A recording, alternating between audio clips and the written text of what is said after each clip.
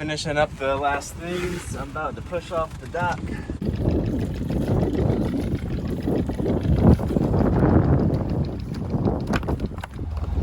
All right, we're off the dock. Making our way down the ICW to Cape Fear River. We're off to a great start. I just ran aground 500 feet from the marina. I was trying to put the sails up as I motored out, and like it got caught on one of the little hooks of the sail pack, one of the reefing lines. I was like, I couldn't figure it out. It was kind of hard to see. And I thought I had plenty of room, but didn't have quite enough room. But we drifted off. I wasn't able. I'm rarely able to back the boat out after I run aground. Usually I just kind of turn the motor off after I try for a while, and then within a few minutes it floats away. So hopefully things go smoother from here on.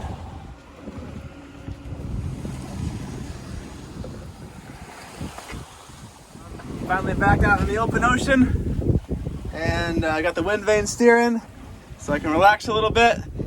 Except for one thing, we're heading up on Frying Pan Shoals, and it's the first time going by it, and I really don't want to go all the way around it. It'll be like 8 miles to get around the whole thing. Looking at the Navionics chart, it looks like there's a cut that goes through it where the depths are above 10 feet the whole way, and it's about maybe a quarter mile, maybe a tenth of a mile wide.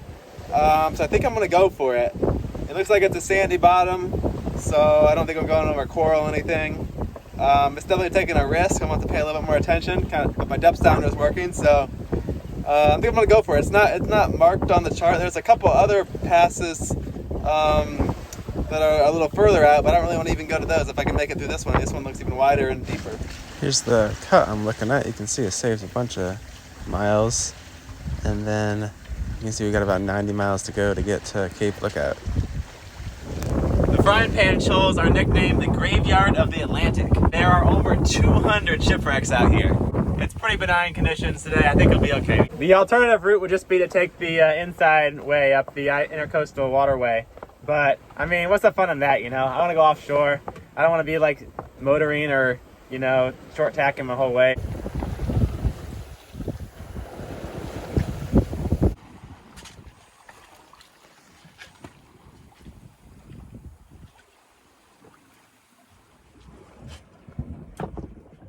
The sun is brutal out here on the water. It's important. I mean, the bimini goes a long way, but there's always some spot that's gonna get sunlight through. So it's good to have a bunch of these kind of towels and just cheap, you know, dollar store spring clamps. And then you can just make your own little shade wherever you need it.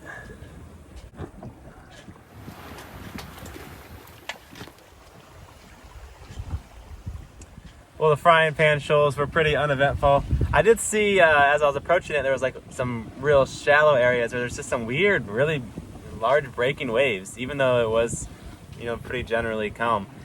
So now I'm headed straight shot towards Cape Lookout. Winds are gradually increasing. I got the, you know, whisker pull out, and we're doing, I don't know, maybe 5 knots. Feels pretty good. Sun's about to go down, so I'm gonna make a cheeseburger, I think, because I got some ground beef. Now that I've got my new battery, it just made a huge difference in my ability to run the fridge. I can pretty much run it all the time now. My new batteries are actually only 100 amp hours each, and before I think they were 110, but because they're not like on the edge of their life, they have a lot more actual real life amps hours in them. But I'm gonna make a burger now. So I've been using the alcohol stove. I don't really have too many complaints with it. It's a little bit of a pain to refill, but you don't have to do it very often. Just what came with the boat. It would be nice to have it on a gimbal, but I think that would take a lot of space. Maybe if I redo the whole interior, that could be a project. You really have to stay on top of this thing when you're cooking in a seaway. Like, just be prepared to catch it when it inevitably falls off.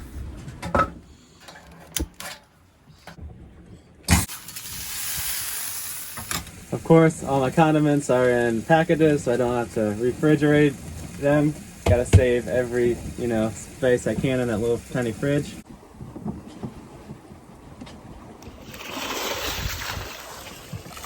Dish is done. Winds have picked up. We got a nice, maybe 2.5 foot following sea. Kind of surfing down the waves, picking up speed about up to 7 knots. It's pretty nice. And we've been averaging a little over 6 for the last few hours. So we're making good time. Looks like we'll probably get there tomorrow, maybe morning, maybe before noon. Looks like this should hold up most of the night. I'm getting pretty sleepy, so I think I might start doing my naps. I'll probably be waking up every 10 to 15 minutes tonight. It's been a pretty good trip so far. Really favorable conditions. Winds might pick up a little bit tomorrow afternoon, so hopefully we'll be at the good and anchored by then. All these projects I was working on, I kind of felt like I was just like barely keeping up with things, and it was a little frustrating because it's like all this work, and it's like, what was I really doing? But they're really little things, and they've really made a huge difference on this passage. Just being able to, there's so many little things, like the having the Windex up there, and that the mast light actually illuminates it really nicely. Just having my switches are all illuminated now. That's been really nice. Even though I had kind of memorized where they were, it's kind of nice to be able to see them. Now all my lights work. Having these fans is great. It's like a whole different boat. Just all these tiny little things that really add up to a much more comfortable experience. Having this, dry, we haven't really put it through the paces yet, but I really think that fix is going to work. I'm really happy I did take the time to do all that. It's about 2 a.m. and we're halfway there. The stars are pretty incredible tonight. You see the whole Milky Way. No moon out. Really nice weather. I'm gonna go back to sleep. You can see how the wind kind of gradually shifts out of the south, so then I need to correct the course right there. So now we're back on course. This red light on my headlamp keeps throwing me off because look, it makes it look like this rope is solid, but actually it's red and white striped. Well, the wind's starting to pick up and we're getting a little bit of water, so I need to finally close the port lights. It was really nice. I was able to leave them open all night long. We've covered like 90 miles on this trip, so getting nice close to that 100-mile mark. I'm gonna close this sky one too. This one we can leave open a little bit longer. Whoa. We'll be at Cape Lookout pretty soon. I'm really excited to get to this spot. I think it's a lot more exciting than being in the marina, and I was getting a little bit, just kind of bummed out being in the marina that long too. I went to all the North Carolina lighthouses when I was like 11. It was like a family trip, like along the Outer Banks and stuff, but it's been a while since I've been up here, so it's cool to see it again.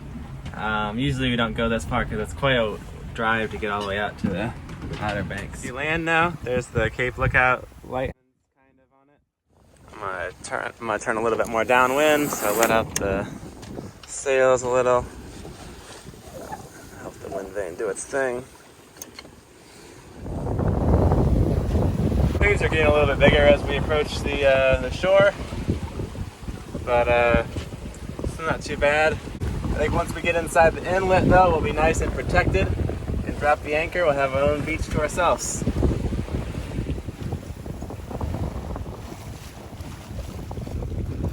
Alright, we just got inside of the inlet. The water's got nice and flat. The wind's still maybe 18 knots, so we're really moving pretty quick now. I can see the anchorages. There's maybe a dozen sailboats in there now.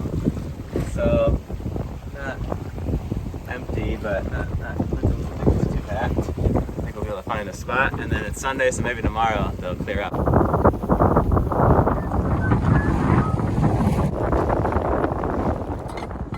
Alright, the anchor is set. I got about 120 feet of scope out this time, and I don't know how deep we are. It's like 18 feet of water. So I just set up my preventer line, and that is keeping the solar panels nice and sunny, like they like to be. Anchor seems to be set good. Let's swim ashore.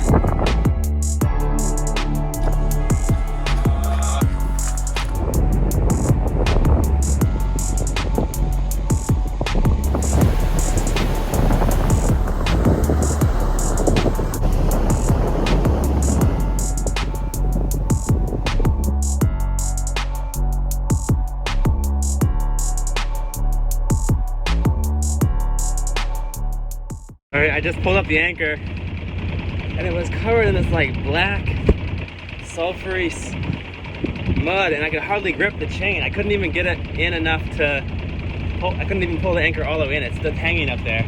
Yeah, that stuff is just disgusting. It smells like sulfur. I was using my fingernails to grip onto the chain. I was barely able to pull it in. I think we're gonna go over where this boat is up here. Well, sometimes anchoring is a dirty job. I got us over closer to this dock right here, and it's actually the shore. It's not too far right there. And then I can walk along there, over, all the way over to the lighthouse.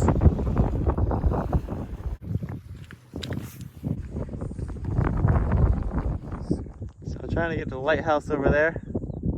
I think I need to walk all the way around here. So I'm gonna have to swim over to this beach. On the move!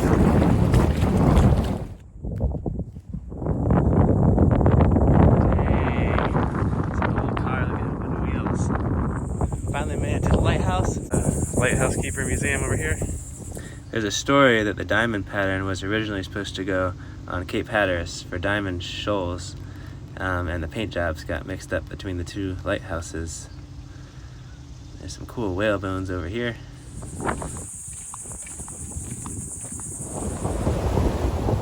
Heading to Lookout, Cape Lookout Point out here. Beach just seems to go on forever.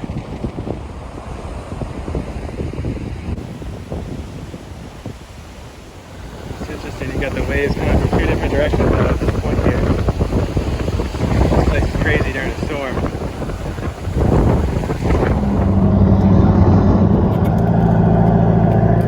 Thanks for watching. Next time we'll be sailing up to Norfolk in the next video, and currently I'm moored over up here in Annapolis waiting out this hurricane. If anyone has a dinghy they're trying to get rid of in the area, let me know, because my home built one's kind of falling apart. So I'll see you guys next time.